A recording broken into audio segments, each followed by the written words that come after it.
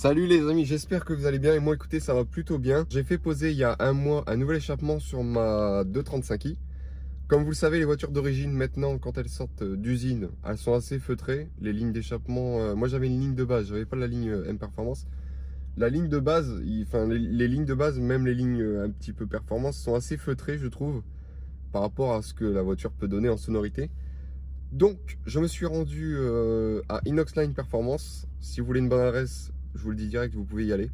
Donc Inoxline Performance, c'est un petit atelier qui est situé dans le 59 à Eck, dans le nord, pas très loin de chez moi. Donc j'ai déposé la voiture là-bas, je l'ai laissé 2-3 jours, 2 jours même, je l'ai laissé seulement 2 jours. En fait, Damien, qui gère la société, m'a monté de toutes pièces en fait un échappement en inox. Et franchement le rendu est plutôt sympathique, donc je vais le vous faire découvrir. C'est pour ça aujourd'hui que je fais cette vidéo, c'est un peu pour vous montrer l'avant-après. Donc pour parler de l'échappement, c'est un échappement après le catalyseur. J'ai laissé le catalyseur d'origine, pardon, parce que déjà je suis d'origine, j'ai pas de reprogrammation ou quoi que ce soit. La voiture est sous garantie encore, donc je ne touche pas à ça pour l'instant. Et je ne sais pas si de toute façon j'aurai besoin d'y toucher, parce que niveau sonorité, c'est quand même très correct. Et même niveau puissance, on est déjà sur une bonne base sur la M235i. Donc je vais vous montrer un petit peu plus en détail cet échappement. Donc c'est en inox en fait, c'est une ligne en inox avec un système de clapet. Est-ce que j'ai les clapets avec moi? Donc je vais vous montrer un petit peu à quoi ça ressemble. Attendez. Donc avec cette télécommande, je peux contrôler la sonorité du véhicule. C'est-à-dire que je peux ouvrir ou fermer les clapets à ma guise en fait. Et c'est quand même assez pratique. Parce qu'il y a des fois où on n'a pas trop envie de se faire remarquer, si vous voyez ce que je veux dire. Donc la voiture, la voici. Je ne vous l'ai pas encore présentée. Si vous voulez que je vous la présente, mettez des commentaires positifs et des likes. Et je vous la présenterai. Donc je vais d'abord vous montrer un petit peu à quoi ça ressemble de l'arrière. Attendez, on va basculer.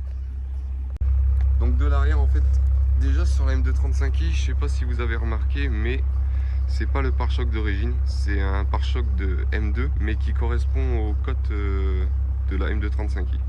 C'est-à-dire qu'il est beaucoup moins large que le vrai pare-choc de M2.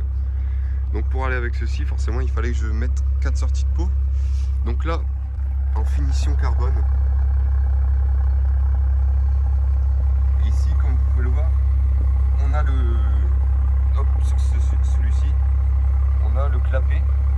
Donc si je mets en position fermée, c'est-à-dire la position B, ça ferme le clapet.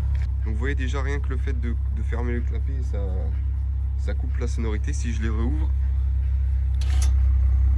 on entend beaucoup mieux le bruit. Et je vous ai fait un petit test avant-après, donc avec l'ancienne ligne et avec la ligne de base et avec la nouvelle ligne.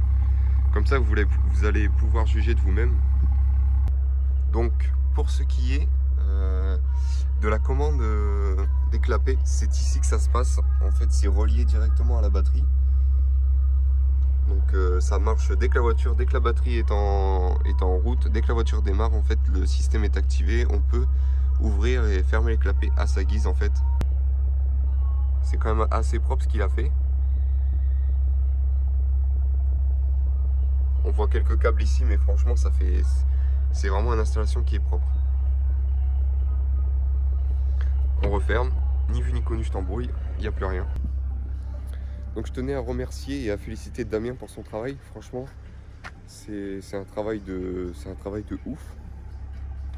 J'en suis très content. Franchement, j'en suis très content. Et je conseille à tous ceux qui ont un manque de sonorité, qui veulent faire exploser les watts, qui veulent faire exploser les décibels de leur voiture, de lui rendre visite. C'est une très bonne adresse. Et on voit que l'artisan, il est vraiment passionné par son travail. Il connaît son métier sur le bout des doigts.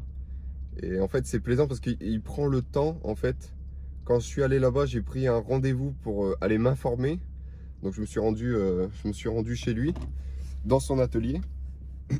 Et en fait, il a pris le temps de m'informer, de m'expliquer, limite avec un schéma, de m'expliquer ce qu'il allait faire. Et c'est vraiment très plaisant parce qu'en fait, on sent qu'en fait, il est à l'écoute du client et il veut vraiment satisfaire le client à 2000%. C'est vraiment cool en fait d'avoir un artisan comme ça dans le coin qui travaille super bien. Donc c'est pour ça que je vous le recommande à 2000%. Vous pouvez y aller si vous avez, si vous voulez faire une ligne d'échappement, c'est sans problème. Vous pouvez aller là-bas. Le travail, il est très très propre. De toute façon, je vais vous montrer. Donc je vous mets des photos pour voir comment la ligne est une fois sortie de fabrication. Donc comme vous pouvez le voir, les soudures, elles sont propres. Il n'y a pas de bavure, c'est nickel. Enfin, franchement, on dirait que ça a été réalisé. Enfin, on dirait que ça a été fait par une machine limite. C'est vraiment du fait main, du cousu main. Et je vais vous mettre une série de clips qui comparent l'avant et l'après. Et vous pouvez me dire ce que vous en pensez en commentaire. Mettez des pouces bleus, c'est bien pour le référencement. Et aussi abonnez-vous parce que je compte sortir d'autres vidéos. Déjà, je vais vous présenter ma voiture dans une prochaine vidéo. Et voilà, j'ai déjà plein de projets prévus en fait. Ça couvre depuis 2-3 mois. Et aussi, je voudrais remercier Vinmel MT. C'est lui qui m'a aidé à filmer les rushs en fait. Il a une chaîne YouTube. Si vous tapez Vinmel MT, je le mettrai dans la description. Vous pouvez aller vous abonner. Il a déjà fait quelques vidéos. Donc voilà, c'est tout pour moi. Je vais arrêter de parler. Et maintenant, place aux images. C'est parti.